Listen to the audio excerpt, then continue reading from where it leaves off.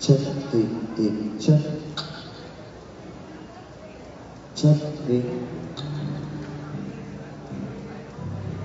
so, check, check, Next, next, next, next, next, next, next.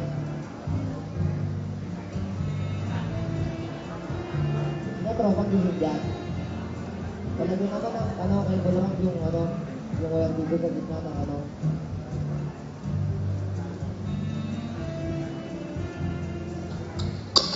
check,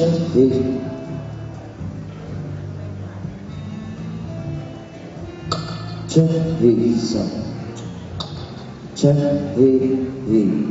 check, so, check,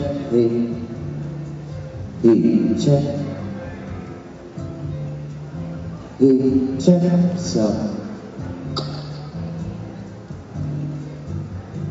check, so, check, check, so,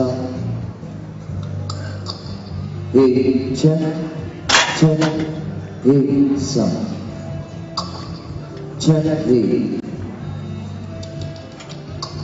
so, check, check, so, check, so,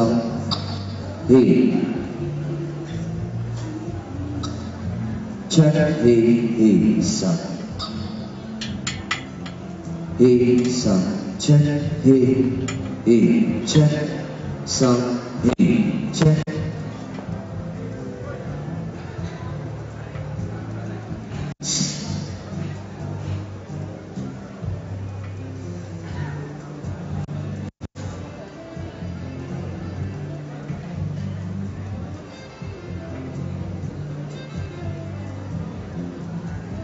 break. Kasi sinunta mo dyan. Meron na yan. Check, check, check, wala. Check, yan. Check, check,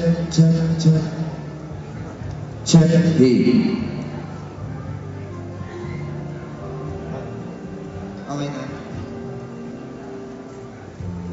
Naamin, nakapost.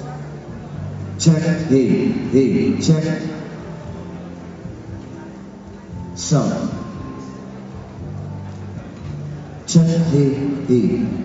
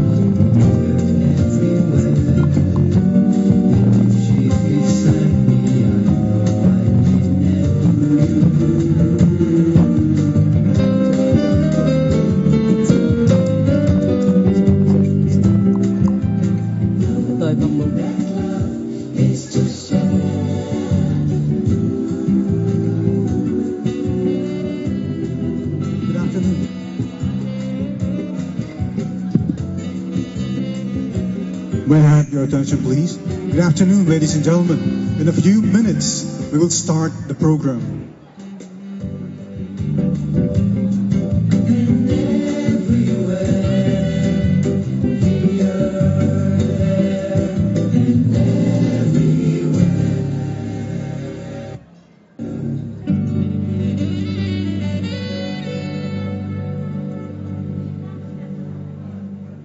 Good afternoon, ladies and gentlemen. In a few minutes, we will start the program.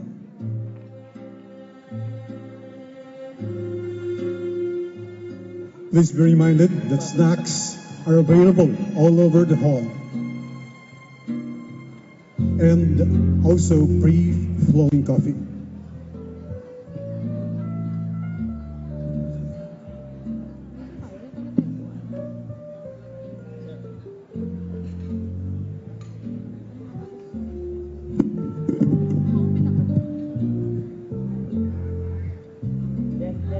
Apat lang yung wireless dito. Sabi ko kayo dito na.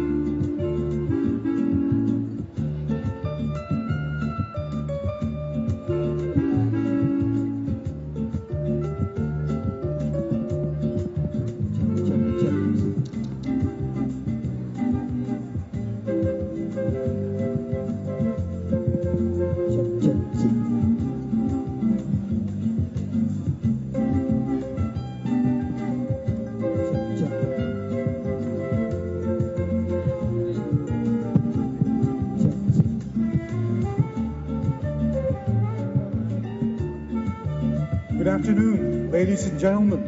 Welcome to the LWUA-WD District Forum and Awards 2018 here at the Philippine International Convention Center. Executive Order Number 2 Series of 2016 provides that every Filipino shall have access to information. Our speaker is from the Office of the President of the Republic of the Philippines.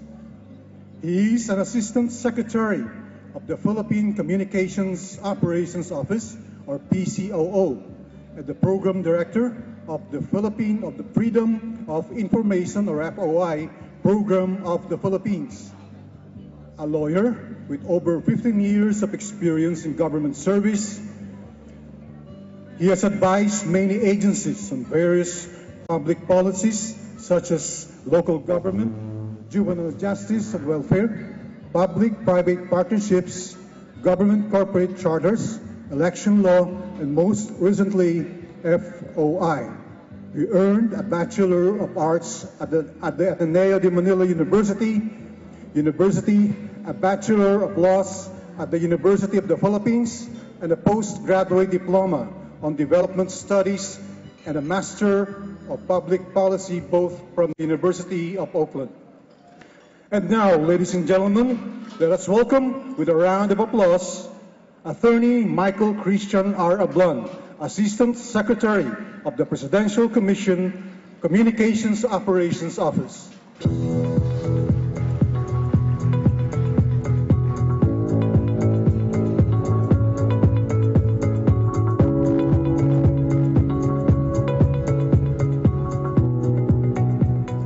Thank you very much. Pleasant good afternoon to everyone. Actually, gusto kong magpasalamat kay Administrator Lapus at siningit po ako sa inyong program. You have a very long day today during the forum and awards. And if you look at the program, parang out of place po ako. A few months ago, I visited LWUA. And I asked Admin Lapus if it's possible to be able to speak before the different water districts to talk about the program that I lead. And he said, soon, ASEC, we will be inviting you. So I'd like to thank Administrator Lapus, Deputy Administrator Talavera, and other members of LWUA for including me in your program this afternoon. While we wait before we formally start your forum. So, my name is Christian Ablan. I am from the Presidential Communications Operations Office, or PCOO. So, for those of you coming from afar who don't know what PCOO is, I have two clues to share with you. First, my office mate is Mocha Uson. So usually when I say Mocha Uson, okay, now they know. And my boss is Martin Andanar. And second, ang PCOO po ay hindi nire-requestan ng ambulansya. Okay? Ang PCOO po ang ahensya ng gobyerno na nagpapalakad po ng PTV, ng Philippine Information Agency, ng Radyo Pilipinas, at saka ng RTVM. So yun po yung PCOO. And lately, as of 2017, kami rin po ang namamalakad po ng Freedom of Information Program. And that's the reason why I asked Admin Lapus for an accommodation to discuss FOI with the water districts. Freedom of information is the formal mechanism wherein people are able to request information from you. As water districts, you still form part of the national government. You are GOCCs. According to DepAd Talavera, you are also GBEs, or government business entities. And we are still accountable to the people. Today's event is very timely because there is a deadline coming up. September 30 is the deadline for your respective water districts to submit, among others, your agency or your water district's Freedom of Information Manual. As of today, we have 176 FOI manuals from the water districts all over the country. 176 out of our count of 521. So humigit kumulang po, meron pong mga 350 ang hindi pa nakapagsasubmit ng FOI manual. And we need to issue this warning because the submission of the FOI manual is a requirement under the 2018 Performance-Based Bonus or PBB.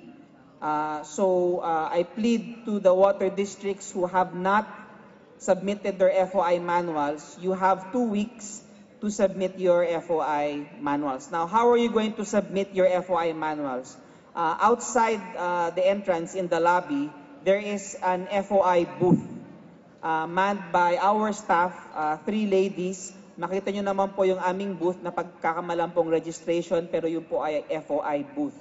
They're handing out po our memorandum circular, and andun na po yung instructions on how to download a template of the FOI manual for water districts. So, pwede nyo na pong i-cut and paste, and then alam nyo na po rin yung magiging procedure kung paano nyo po isasubmit sa amin. You will email it to us, and then we will just verify later on. Again, ladies and gentlemen, the deadline is on September 30, 2018 for PBB 2018. So criteria po ang pag-submit ng FOI manual. We'd also like to take this opportunity to commend the many water districts who have been proactive and embraced the FOI program. And maybe some of them will be awardees tonight. So I mentioned earlier already that out of the 521 water districts, 176 have responded to the call and submitted their FOI manuals. We also have another mechanism called the eFOI portal.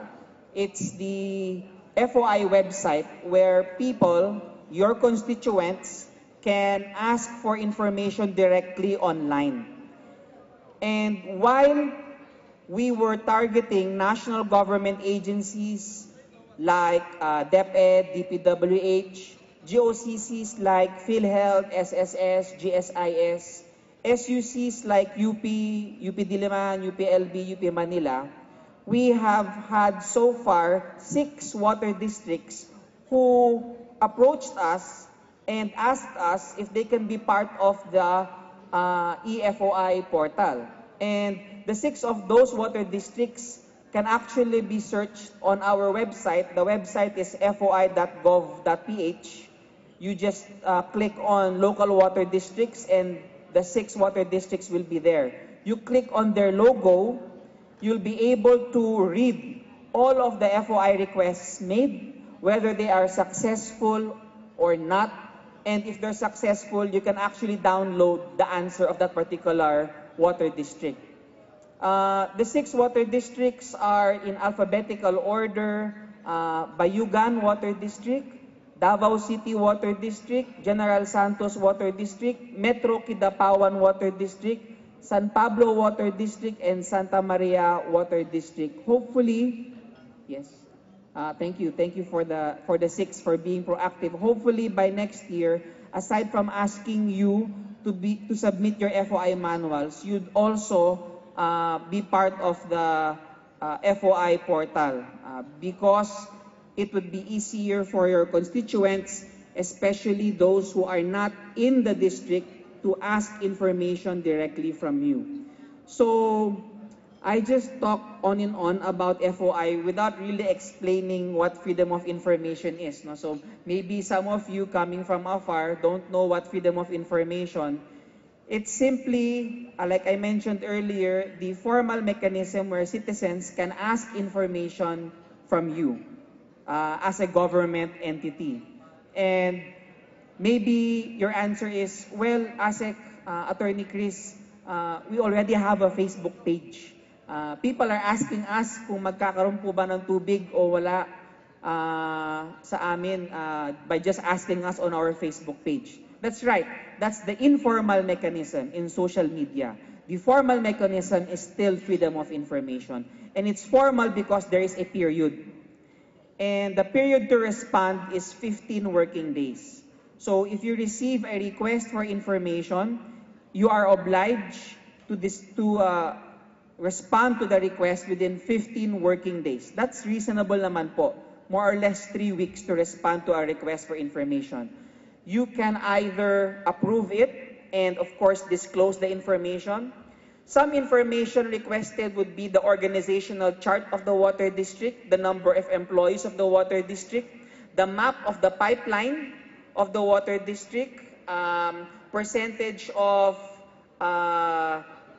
the water district supplied with water. So yun po yung mga nababasa ko on the FOI website. So yun po yung mga requests for information. And you're given 15 working days to respond. If you approve it, you give them the information. If you deny the request, you have to explain to your constituent why the request is being denied. You can deny the request if the information is not with you. Okay, so you are not obliged to disclose information that you do not have. If the information is with LWUA, then your response would be, sorry, your request is denied. The information you requested is with the local water utility administration or LWUA. Also, you can deny an FOI request if it falls under any of the exceptions. Meron po naman kasing exceptions. So some of you who are very sensitive with your personal information might feel that FOI is very intrusive. Now let me inform you that freedom of information protects sensitive personal information. So none of your residential address, personal phone numbers, GSIS ID number, and other information considered sensitive personal information protected by the Data Privacy Act should be disclosed. So only information for public consumption should be disclosed to the public. But again, if that is requested from you, kindly decline and explain the reason for declining the request or disapproving the request para naman po alam ng tao kung bakit na-decline yung kanyang request. So basically, that is the FOI program once you implement it in your respective water districts. We require at least 2 people in your office to resolve a request for information. One person you designate as your FOI receiving officer. Siya po ang tatanggap ng information request, most probably your public information officer. And then, i-review lang niya po yung request and then ibabato niya na po sa isang, di ko po alam kung division chief ninyo o director po ninyo ang inyong i-designate as FOI decision maker. Siya po ang magde-decide whether to approve or deny an FOI request. So, yan po ay dapat nasa loob po ng inyong FOI manual. Ulitin ko po, kung ang inyong water district ay wala pa pong FOI manual, maaari nyo pong i-download yung template sa aming website, foi.gov.ph/resources. Hanapin nyo lang po yung file na nagsasabing FOI manual. Download nyo po, naka-word format po yan. Palitan nyo po yung agency into your water district. I-review nyo lang po yan. And then, isasubmit nyo na po sa amin para po ma-include ang inyong FOI manual sa PBB. It's a low-hanging fruit po. It's very easy. If you have any questions, I know I'm pressed for time. You guys have to start at 2 p.m. If you have any questions, my staff will stay outside for the remainder of the afternoon.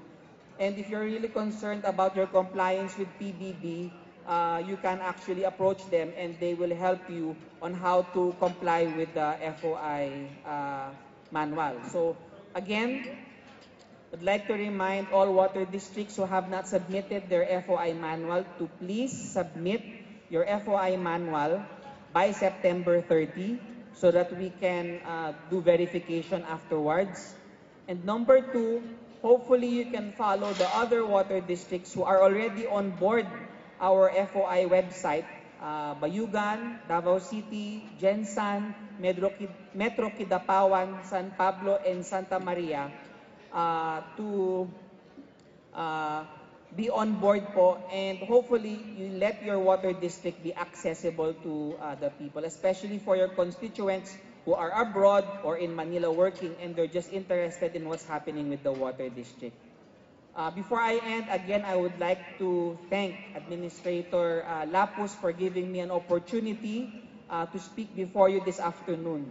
I would like to, I have not met him, but I think he heads the Santa Maria Bulacan Water District, and I'd like to request your President of the PAWAD, Sir Carlos Santos Jr., if I can again appear before the water districts next year when you have your convention. Yes sir, please invite us next February para po makapag-comply po lahat ang water districts. Tinututukan po namin kayo kasi tapos na kami sa National Government Agency. 100% compliance na po kami sa National Government Agency. Lahat sila nagsubmit na po ng FOI manual. Ang aming incentive dun ay PBB. So hopefully, mag-work din po sa inyo.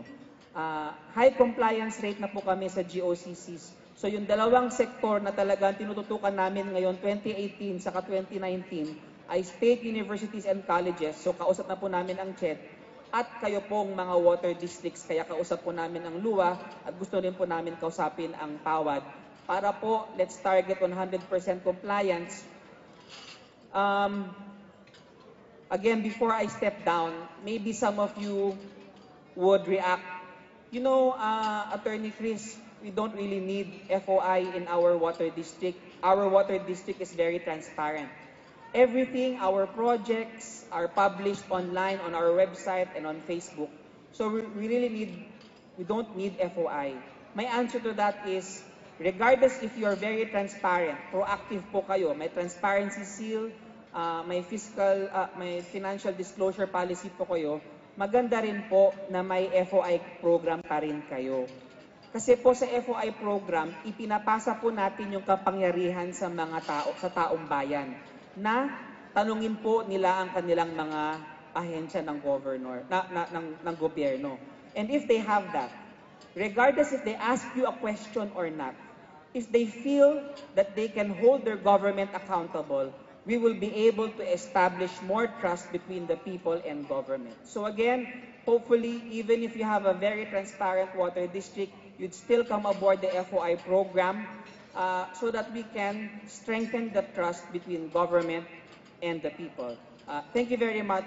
Good afternoon, and congratulations to the awardees this afternoon.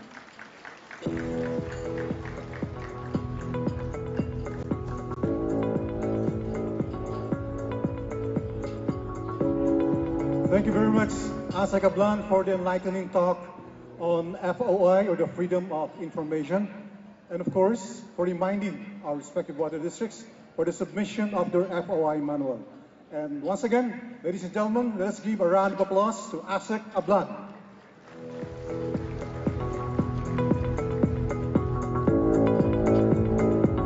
And now, we will start the program proper shortly, so we may request all LWUA officials to please occupy the seats in front. Thank you.